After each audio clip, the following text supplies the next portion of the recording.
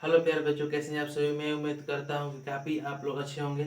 आज हम लोग पढ़ने वाले इतिहास, जो कि चैप्टर 1 है, जिसका नाम है यूरोप में राष्ट्रवाद। क्या नाम है? यूरोप में राष्ट्रवाद हम लोग पढ़ने वाले हैं। यूरोप में राष्ट्रवाद पढ़ने का मतलब पूरा विश्व के बारे में इसमें जानकारी हमें प्राप्त होती है। ठीक है, तो आपका बिना समय गंवाते हुए हम लोग क्लास को स्टार्ट करेंगे। अगर आप चैनल पर नए जुड़ रहे हैं तो चैनल को सब्सक्राइब जरूर कीजिएगा। ठीक है, तो चलिए बिना विलम्ब करते हुए हम लोग क्लास को स्टार्ट करते हैं। तो ये देखिए, यूरोप में राष्ट्रवाद। तो पहले यूरोप में राष्ट्रवाद, पहले हम लोग जानेंगे यूरोप के बारे में। किसके बारे में जानेंगे? तो यूरोप के बारे में जानेंगे। तो यूरोप क्या है? तो आपको पता रहना चाहिए बाबू कि यूरोप जो है एक महादेश है। महादेश का मतलब ये होता है कि जिसमें कई देश आपस में मिलकर बनी होती हैं। इसमें जिसमें मान लीजिए एक यूरोप है, उसमें कई देश मिल छोटा छोटा देश मिल के बना है। उसका पूरा देश का नाम एक ही नाम हो गया, जैसे यूरोप हो गया। तो कई देश मिलकर बनता है, जिसमें हम बोले यूरोप में एक यूरोप क्या हो जाएगा बाबू? यूरोप एक महादेश है। यूरोप क्या है? एक महादेश है। ठीक है, विश्व में कुल महादेश कितने हैं? ऐसे ऐसे जो यूरोप एक महादेश है, तो यूरोप के जैसे कितने ऐसे महादेश हैं पूरे विश्व में? तो आपको पता रहना चाहिए, विश्व में कुल महादेश की संख्या 7 है। कितनी है? 7 है। वो कौन कौन से ऐसे देश हैं जो 7 हैं, आपको पता रहना चाहिए। तो पहला देश का नाम है यूरोप, जो कि हम लोग पढ़ रहे हैं यूरोप में राष्ट्रवाद। यानी कि यूरोप में पढ़ेंगे कि पहले जब यूरोप यूरोप भी, जैसे हम लोग का भारत जो गुलाम था, ऐसे यूरोप भी था। तो यूरोप में जब राष्ट्रवाद हुआ, तो यूरोप के राष्ट्रवाद के बारे में इसमें हम लोग पढ़ने वाले हैं आज। ठीक है, तो ऐसे ऐसे कौन कौन से ऐसे महादेश हैं, उनके बारे में हम लोग जानने वाले हैं। तो पहला है यूरोप, दूसरा है एशिया, जिसमें हम लोग भारत ये आते हैं। ठीक है, एशिया, यूरोप, एशिया। तीसरा है ऑस्ट्रेलिया, चौथा है उत्तरी अमेरिका, और पांचवा है दक्षिणी अमेरिका, छठवां है अफ्रीका, और सातवां है अंटार्कटिका। ये ऐसे 7 देश हैं जो महादेश महादेश कहलाते हैं। महादेश कहने का मतलब आपको बता दिए हैं, जिसमें कई छोटे छोटे देश आपस में मिलकर एक बड़ा देश बनता है, जो ये महादेश कहलाते हैं। ठीक है, महादेश है। ठीक है, तो आपको पता रहना चाहिए कि जो महादेश है उसमें सबसे बड़ा कौन महादेश है। तो आपको पता ये भी रहना चाहिए कि जो हम लोग का देश है भारत, एशिया में आता है, एशिया सबसे बड़ा महादेश है। एशिया क्या है बाबू? विश्व का सबसे बड़ा महादेश कौन है? तो एशिया महादेश है, जिसमें अपना भारत एंट्री लेता है। कौन लेता है? भारत लेता है। ठीक है, याद रखना चाहिए आपको। विश्व का सबसे छोटा महादेश कौन है? तो विश्व का सबसे छोटा महादेश है ऑस्ट्रेलिया। कौन है बाबू? ऑस्ट्रेलिया है। कौन है?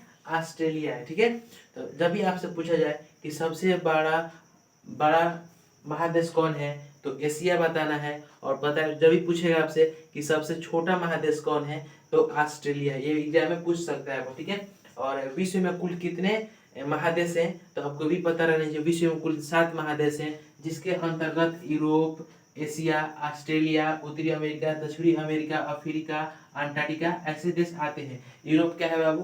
तो यूरोप एक महादेश है। क्या है? यूरोप एक महादेश है। ठीक है, आपको भी पता रहना चाहिए कि महासागर की संख्या कुल कितनी है। तो महासागर की कुल संख्या हम लोग को पता रहना चाहिए बाबू, तो 5 है। महासागर की कितनी संख्या है? 5। ये सभी आपको ध्यान रखना चाहिए।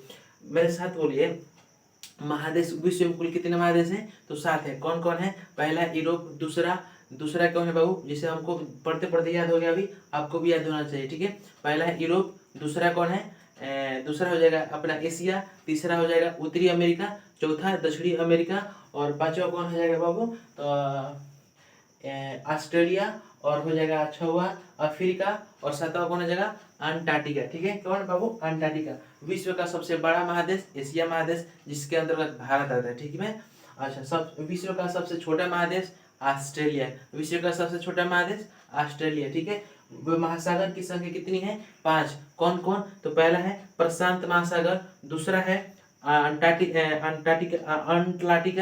अटलांटिका महासागर, और तीसरा है हिंद महासागर, और चौथा है दक्षिणी महासागर, और पांचवा है आर्कटिक महासागर। ठीक है, तो चलिए आगे देखते हैं। इसके आगे देखते हैं। हम क्या बताए हैं कि यूरोप एक महादेश है। यूरोप क्या है? एक महादेश है। और महादेश कब कहलाता है? जब कई छोटे छोटे देश मिलकर बनते हैं। जैसे यूरोप में बहुत सारे ऐसे देश हैं जो मिलकर बना है। जैसे आ गया पोलैंड, ब्रिटेन, इटली, जर्मनी, प्रसा, रूस, यूनान, बोहेमिया आदि इत्यादि। इस ऐसे ऐसे बहुत सारे उसमें देश हैं जो मिलकर एक महादेश का निर्माण करता है, जिसके हम कहते हैं यूरोप। क्या कहते हैं? यूरोप। और ये देश कैसे आज़ाद हुआ इस चैप्टर में पढ़ेंगे।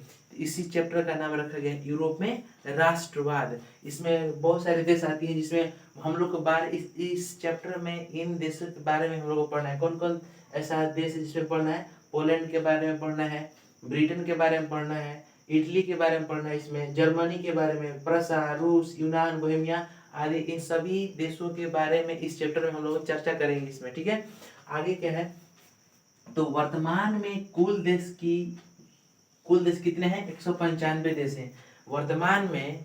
माने पूरे विश्व में बोला जा रहा है वर्तमान में कुल कितने देश हैं? कुल कितने देश हैं? कुल में पूरा कुल कितने देश है बाबू? तो 195 देश है, जिसमें यूनाइटेड नेशन में आते हैं। कुल कितने देश हैं? तो 195, जो कि कितने दो क्या है? यूनाइटेड नेशन यानी कि लग रहा है और दो है। वो दो जो देश है वो कौन कौन देश है? तो पहला है बाबू वेटिकन सिटी। पहला कौन है? Vatican city. दूसरा है फिलिस्तीन। दूसरा कौन है? फिलिस्तीन। पहला है वेटिकन सिटी, दूसरा कौन है? फिलिस्तीन। महादेश कब बनता है? जब कई छोटे छोटे देश आपस में मिलकर एक गठबंधन बनाते हैं। कि ऐसे समझिए ना, अंगूर जैसे गुच्छा मान लीजिए अलग अलग है, तो अंगूर का गुच्छा नहीं कह रहे जब तक एक डाढ़ में नहीं रहेगा। समझिए बात को। तो वैसे ही ये महादेश नहीं कहलाएगा जब एक जैसे। आगे देखते हैं, तो आप लोग पूरा जानेंगे कि कुल कितने देश है? 195, जिसमें 2 यूनाइटेड नेशन देश है। ठीक है, चलिए आगे देखते हैं। जो पहला है कौन? तो पहला है क्या पढ़े बाबू? तो वेटिकन सिटी। और दूसरा कौन है? फिलिस्तीन है। दूसरा कौन है? फिलिस्तीन है। ठीक है, की दृष्टि से सबसे बड़ा देश कौन है? तो रूस है। क्षेत्रफल की दृष्टि से सबसे बड़ा देश कौन है बाबू? तो रूस है। क्षेत्रफल की दृष्टि से सबसे बड़ा देश रूस है। और सबसे क्षेत्रफल की दृष्टि से सबसे छोटा बोला जाए तो सबसे छोटा है वेटिकन सिटी। कौन है बाबू? वेटिकन सिटी है। सबसे बड़ा देश क्षेत्रफल की दृष्टि से रूस है और सबसे छोटा देश है क्षेत्रफल की दृष्टि से वेटिकन सिटी, जिसमें वेटिकन सिटी की संख्या है। वेटिकन सिटी में कितनी जनसंख्या रहती है? तो 800 से 1000 के बीच। 800 से कितना बाबू?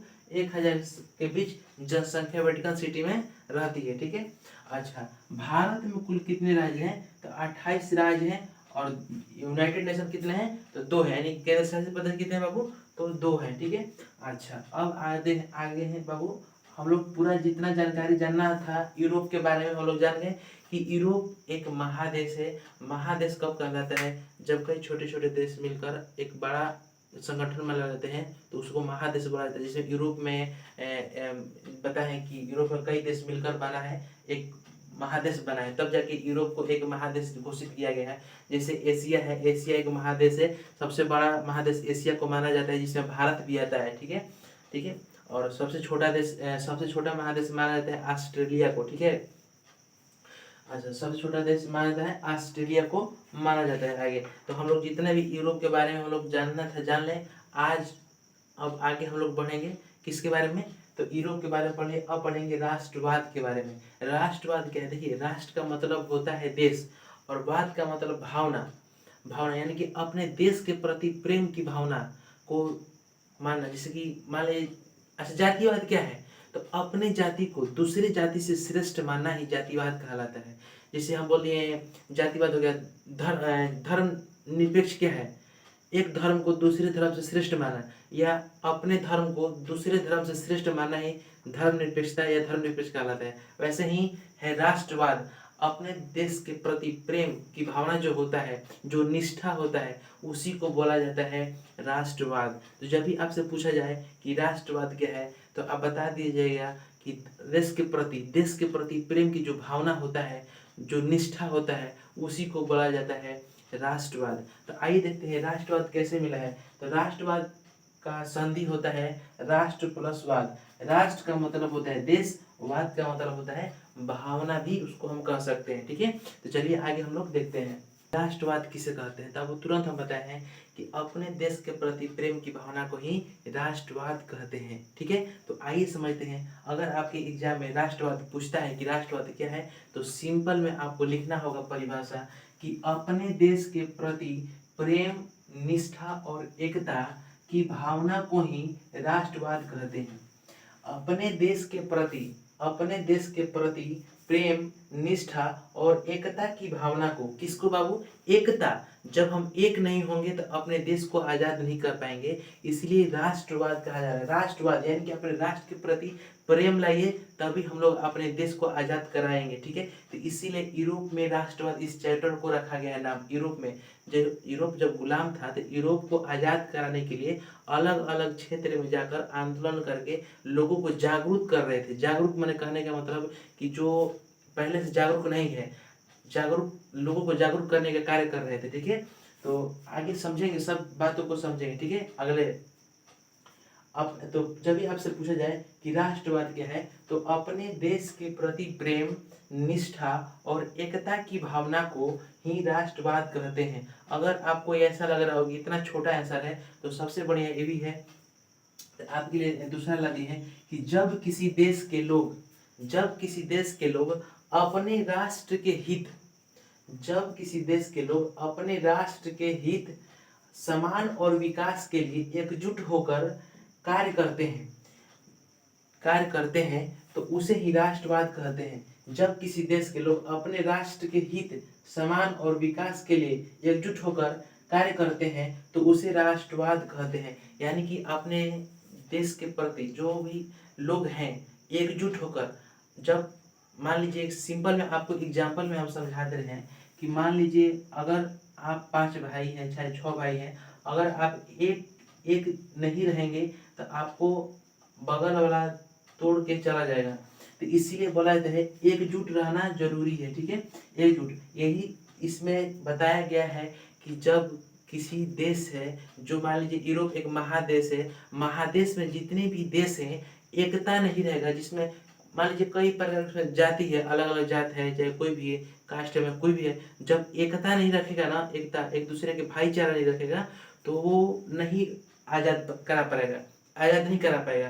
तो इसीलिए इस जो राष्ट्रवाद है, राष्ट्रवाद की परिभाषा में लिखा गया है कि अपने देश के प्रति निष्ठा और एकता की भावना को ही राष्ट्रवाद कहते हैं। या जब किसी देश के लोग अपने राष्ट्र के हित, सम्मान और विकास के लिए एकजुट होकर कार्य करते हैं, यानी एक ही कार्य को बहुत सारे लोग मजबूती से कर रहे हैं। मान लीजिए उसको कुछ नहीं समझ में आ रहा तो वो कुछ हेल्प कर रहा है, तो वही एकजुट होकर कार्य कर रहे हैं, तो उसे क्या कहते हैं? राष्ट्रवाद कहते हैं। यानी देश को आजाद कराने में मिलकर, एकजुट होकर देश के जो हेड है उसके खिलाफ आवाज उठा रहे हैं, तो उसे क्या कहेंगे बाबू? तो राष्ट्रवाद कहेंगे। जब भी आपसे एग्जाम पूछा जाए कि राष्ट्रवाद किसे कहते हैं, तो अपने देश के प्रति प्रेम की भावना को ही राष्ट्रवाद कहते हैं। या बोल दीजिएगा बाबू कि जब किसी देश के लोग अपने राष्ट्र के हित, सम्मान और विकास के लिए एकजुट होकर कार्य करते हैं तो उसे ही हम लोग राष्ट्रवाद कहते हैं। ठीक है,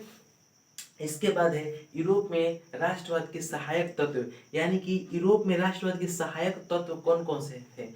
तो चलिए आगे देखते हैं। इसको हम लोग देखने वाले हैं यूरोप में राष्ट्रवाद के विकास के सहायक तत्व। क्या देखने वाले बाबू? यूरोप में राष्ट्रवाद के विकास के सहायक तत्व, यानी कि यूरोप में विकास के सहायक तत्व कौन कौन से हैं। तो पहला है बाबू मेटरनिक की प्रतिक्रियावादी नीति, यानी कि सहायक तत्व कहने का मतलब ये होता है कि यूरोप में आखिर क्यों राष्ट्रवाद के विकास के सहायक तत्व, यानी राष्ट्रवाद विकास के लिए क्यों जागृत होना चाह रहे थे, यानी क्यों विकास होना चाह रहे थे यूरोप के लोग। तो मेटरनिक की प्रतिक्रियावादी नीति के कारण, प्रतिक्रियावादी का मतलब ये हो रहा है बाबू कि किसी के प्रति विरोध करना, यानी कि मान लीजिए कि जनता, जैसे कि मान लीजिए हम आपको उदाहरण बता रहे हैं, जैसे कि मान लीजिए कि हम लोग जैसे हो गए, जैसे बच्चे लोग, हम लोग हो गए जैसे कि आर्मी की जैसे नौकरी हो गया है, उसको 4 साल कर दिया गया है, उसको जैसे जो भी लोग हैं, जो भी लड़के हैं, वो विरोध कर रहे हैं सरकार के